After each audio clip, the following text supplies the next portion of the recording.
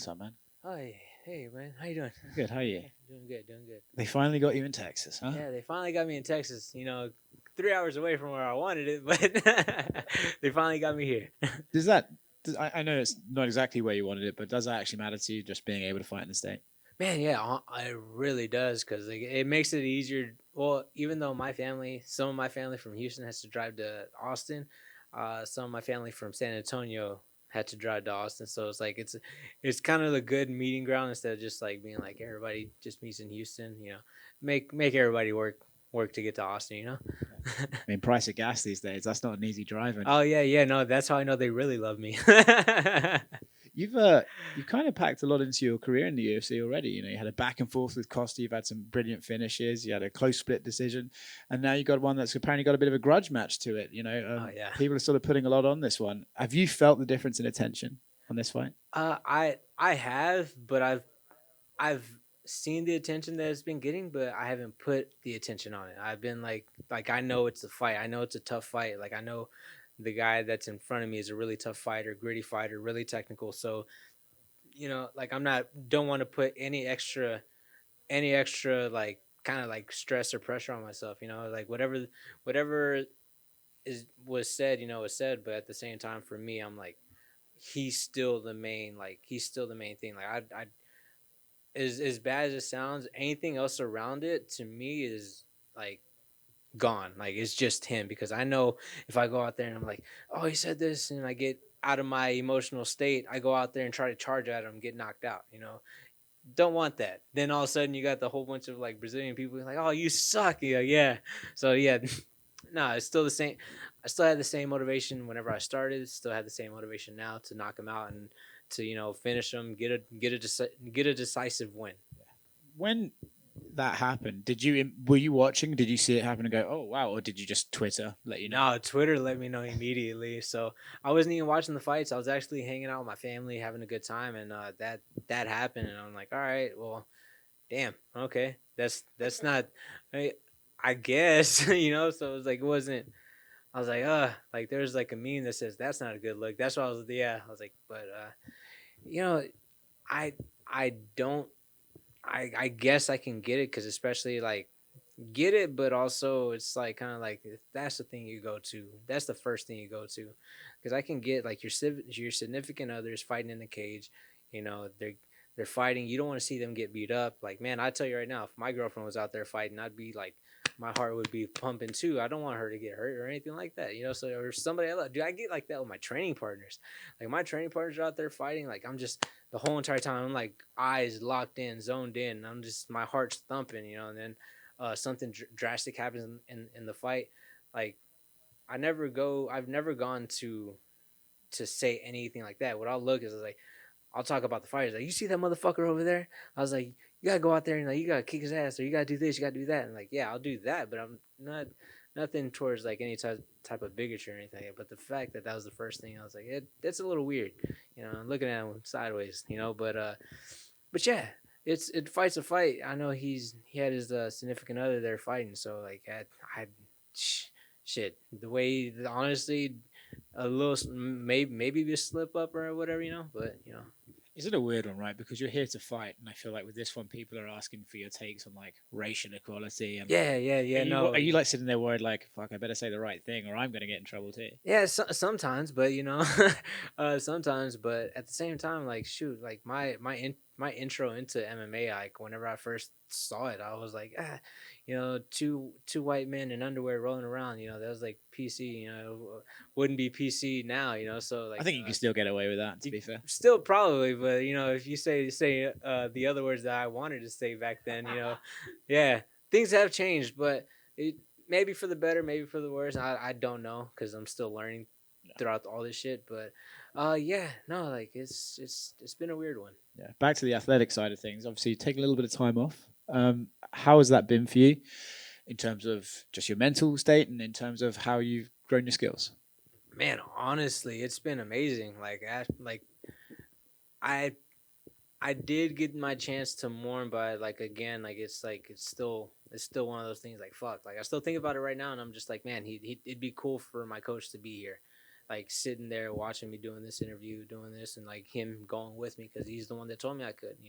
Him and my father both telling me I could. So it's never gonna stop, never gonna stop. But like the fact that during that break my son was born, like it gave me like another sense of like, oh fuck yeah, this is so fucking cool. Like being a dad right now is like the best thing in the world for me because I get to train, I get to come home, see my son, I take my son to daycare. I don't get to see him when I come home. I do miss a lot of time with him just because I'm training, and like I had to be like trained. Like I was training a lot this camp. So whenever I'd come home, like his bedtime's at 8, and I'd just get here at 8:15, and I'd be like, I can't grab him. I can't grab him and throw him like the way I want to. So that part has sucked, but waking up and taking him to daycare has been amazing. So like those 3 months, like just being able to build that connection with them, and just now, even still now, like building that connection with them is still amazing. Uh, but yeah, no, I've learned a lot, and I actually, going up there to Long Island showed me a lot, Yeah. showed me a lot as well. And then also coming back, adding Michael Chase Corley and Eve Edwards to my coaching staff, like being them being my coaches, like has been phenomenal too. So I've been learning a lot, like tightening up a lot of things that I've been doing a lot of rookie mistakes. So keeping everything tight. I feel like you're at the stage of your career. I think your raw potential is unbelievable, but when you have those sort of guys teaching you stuff, do you feel, oh, I've been like gradually getting better, but when you bring them in, do you feel leaps and bounds, like, oh shit, like I'm better than I was 2 months ago and stuff like that? Oh yes, absolutely. Like there's a lot of things that like they they show me something and I try to implement it that day. Like whatever they're showing me, I try to implement it immediately. And I'd seen it just start working because I would like, man, I'd get stuck just like when I was spar guys, just throwing hands, like just throwing hands. Like that's my favorite thing to do. I love boxing. I love like going out there and trying to knock people out. So whenever I'm sparring now, uh, sparring and wrestling days, I'm doing the stuff that like on sparring days, I'm doing the stuff that Coach Corley would be showing me that day. He'd be like, hey, well, let's do this, this, and this. I was like, all right, do it, and it works. I'm like, oh, and then I can revert back to what I originally do and make that even push even better. So it's like it's been great. It's been a great addition to what I'm doing. And then also whenever I do like those wrestling days, I do something that Eve Edwards has showed me. I'm like, oh man, shit, I can wrestle. I was like, oh shit, I do have the skills. Cause like I didn't grow up wrestling, so it's like one of those things that's like you get the takedown on somebody like really good. So I was like, oh fuck yeah, all right. Last one for me. It's been a while, right? In fact, I think it might be your first time in the UFC fans, like an Oh actual yeah, arena. Is that a little bit of extra spice to this one? man, probably extra spice when I knock him out. That extra spice, and I just can't wait to hear the crowd cheer. It's gonna be so fun. I can't wait. So I saw you've been flirting back and forth with Dr. Pepper on Twitter. Oh, all day, every day, man. Has there ever actually been any talks about getting like a sponsorship or some sort of deal there? Man, I'm trying my best. I'm trying my best, but honestly, uh, they've they've sent me Dr Pepper chocolate, like an actual drink, and I found that like I was like I didn't know what to think about it, but yeah, no, that's like to the extent that they sent me anything, but man, I hope I'd be the first UFC fighter sponsored by Dr Pepper. I know DC and Max Holloway are big Dr Pepper fans, but I hope I beat them in that race to get the sponsorship. So, you know, hopefully soon. So you're entering your fifth fight in the UFC. Do you feel like a veteran now? Man, it's weird because like people it's so weird because everybody like I got those UFC Panini card and it said rookie card. Now I remember turning to my training partner and being like, it says rookie card, but I've been fighting since I was like professionally since I was 19. So like this is weird for me. It's like so uh yes and no, but I I still look at people like who like Joe Lozon, Donald Cerrone, those guys as like I think of vets and I think of them like UFC veterans and all that stuff. But if I let's just say like if I were to retire today, yeah, I am a UFC veteran. So that it is it is pretty cool. I'm starting to get up there in fights. Hopefully, I get to 10, so I start getting that good recognition. So You need like 20 more fights before you consider. yeah, about 20 more fights. Yeah, try to get that before I'm 35. You talked about like all the training and all the extra work you've been putting in with a bunch of different guys, a bunch of different looks. What would you say is like the biggest area of growth since your Contender Series fight? Man, my biggest growth, it would probably be just honestly, because everything's kind of just been steadily just going up. Like I since everything's been working, and I've been adding more stuff and like fine tuning a lot of things. But probably the biggest thing for me is just probably just mental. You know, the mental side, because there was a point in time like it's with all the things that kind of went on where I was kind of just like shaky and everything. Like now I'm just like laser focused in on everything that's on hand. So I'm like I'm just super excited because like man, I feel like anybody else in that Davy Grant fight would have crumbled, like just absolutely just crumbled. Like because you can see people fight emotionally whenever one of their coaches have passed away. Some uh you got examples like shoot, look at like Mark Hominick whenever he fought Korean Zombie. Like like he went in there. It was like a 7-second, 8-second knockout, and it felt like he fought emotionally. He wanted to go out there and knock him out, And for me, I don't want to be that guy. I want to stay hyper focused the whole entire time, and that's one thing my coach and my dad always told me too. Is like, hey, you got to stay hyper focused. So I kind of had lost it at some points, even in that Randy fight because like my coach wasn't there. Like that was like his second fight that he wasn't there for me. So that one kind of like was like I started getting him, like it was a little bit emotional because like I didn't have him. He had contracted COVID at that time, so like that fight I fought a little bit more emotional. The Davy fight, I did fight a little bit differently than I used to, but it's just it was just a lot. But after like taking that time off, like mentally is probably the mental space is probably like where it's excelled the most, because the little small stuff like the Brazil comments would have been like, I'm using this as motivation. I don't need that. I don't need stuff like that for motivation. Speaking about the Brazil comments, do you feel a little added pressure from Brazilian fight fans to win or get a knockout? Oh no, because I always think of it like this: fans are fickle. So like if I don't do it in the way that they would want to, it would be like, downfall. Just in general with everybody. So I don't think about, I don't think about like the fight like that. I'm always thinking about what am I gonna do, uh, what do I need to do to get this victory. Like I really don't put that any added pressure on myself because man, again, fans are fickle, So I'm always constantly thinking like that. But the fact that like the way I fight and the way I want to get it done is knocking them out, and if that brings more fans from Brazil wanting to see me do that, then fine. I'm all for it because they're gonna love it when I knock them out. Yeah. So, being a Houston kid myself, we see the impact. Yeah, H Town. You see the impact of Saul Solis. I'd be remiss to not bring him up. And then you fighting out of Metro Fight Club. How have the training camps, been since his passing?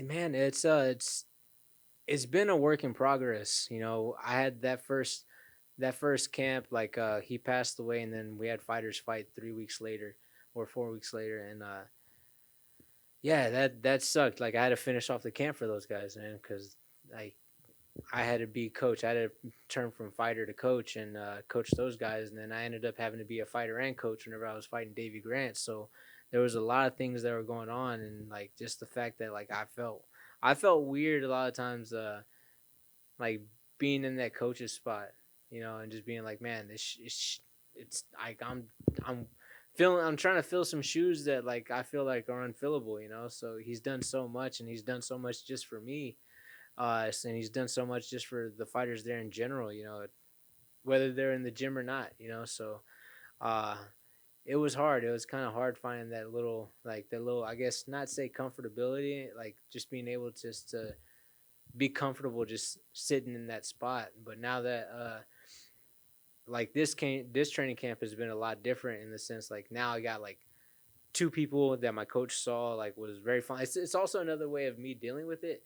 Like Michael Chase Corley, like a really good Muay Thai coach, solid person, and also my coach Saul never had a bad thing to say about him. Same thing with Eve Edwards. So it's like it was just a smooth transition to work with those guys and for this training camp, and then hopefully keep working with them because I really love what they had to offer. You know, it was amazing.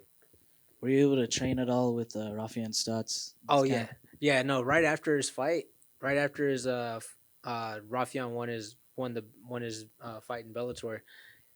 Like, I shit you not, he showed up on a Wednesday, was already back training Thursday, and next week, and he's been there every single day doing 2 days with me. Like, even when he doesn't have to. So like right before I left, like I had to be like, man, thank you so much for like showing up doing 2 days because you didn't have to. It's like, thank you so much. Like, I have a world class training partner showing up for me 2 days, doing 2-3 days with me, you know, and just pushing me the whole entire time. So I'm super grateful to have somebody like him in my training camp. Is he like officially at Metro Fight Club or? So yeah, his home base is he lives in Houston, so he trains with us. He trains with us whenever he doesn't have a fight camp, and I think he's gonna do partial. He's gonna do some here in Houston, go to Vegas, come back to Houston, then go back to Vegas to train with Eric Nixick and those guys. So, yeah, like it's kind of like split down the middle. And then last question from me. Open scoring's been kind of a hot topic lately in MMA and even in boxing. I'm curious to know about your thoughts. Your last fight was split decision. Do you think that would be beneficial to have open scoring? Yes, I do think I really would like to see open scoring implemented. At least if it's not implemented at the highest levels, at least put it somewhere in the regional scene where people who, man, like we talk about scoring or judges scoring here just in like the bad judges that come, like the bad judging that happens here in the UFC. Just imagine on the regional scene whenever they're on the path of trying to change their lives every single day. You get people they get to 4-0, and the next you know they have 3 bad decisions. You know, they're kind of shitty. They're like 3 terrible decisions. You just kind of ruin that guy's career because now he has to win 4 more in an ecstatic fashion to get noticed. You know, 8-3 doesn't sound really good into the UFC. You know, for me, I was lucky enough to have like bangers of fights right after, and I got to 10-3. You know, and that made it look better on my end. You know, I was 7-3, and I was thinking about like, oh damn it, like I don't know if I should keep doing it, but I doubled down on it, and fuck, I got to the contenders. So I feel like a lot of these, like I feel overall, if these fighters actually knew what the scorecard was going in, I feel like you'd see a lot of different fights going on. You know, if it's not implemented in the UFC, in the bigger promotion at the early stages, I would 100% be behind it being put on the regional scene because at least at least the fighter would know going into the third round if he's up 2 or down 2 or if it's 1-1. You know, because a lot of times you can be super dominant, and next you know, like we're like, oh well, like you were beating him in the striking, but he did have you in cage control for like about 3 minutes. But I was doing a lot more significant strikes, but the ref sees him putting you on the fence for 3 minutes. And it's like, oh, he's winning. So it'd be nice just to see a little change happen. Good luck Saturday. Yeah, thank you. All good. All right.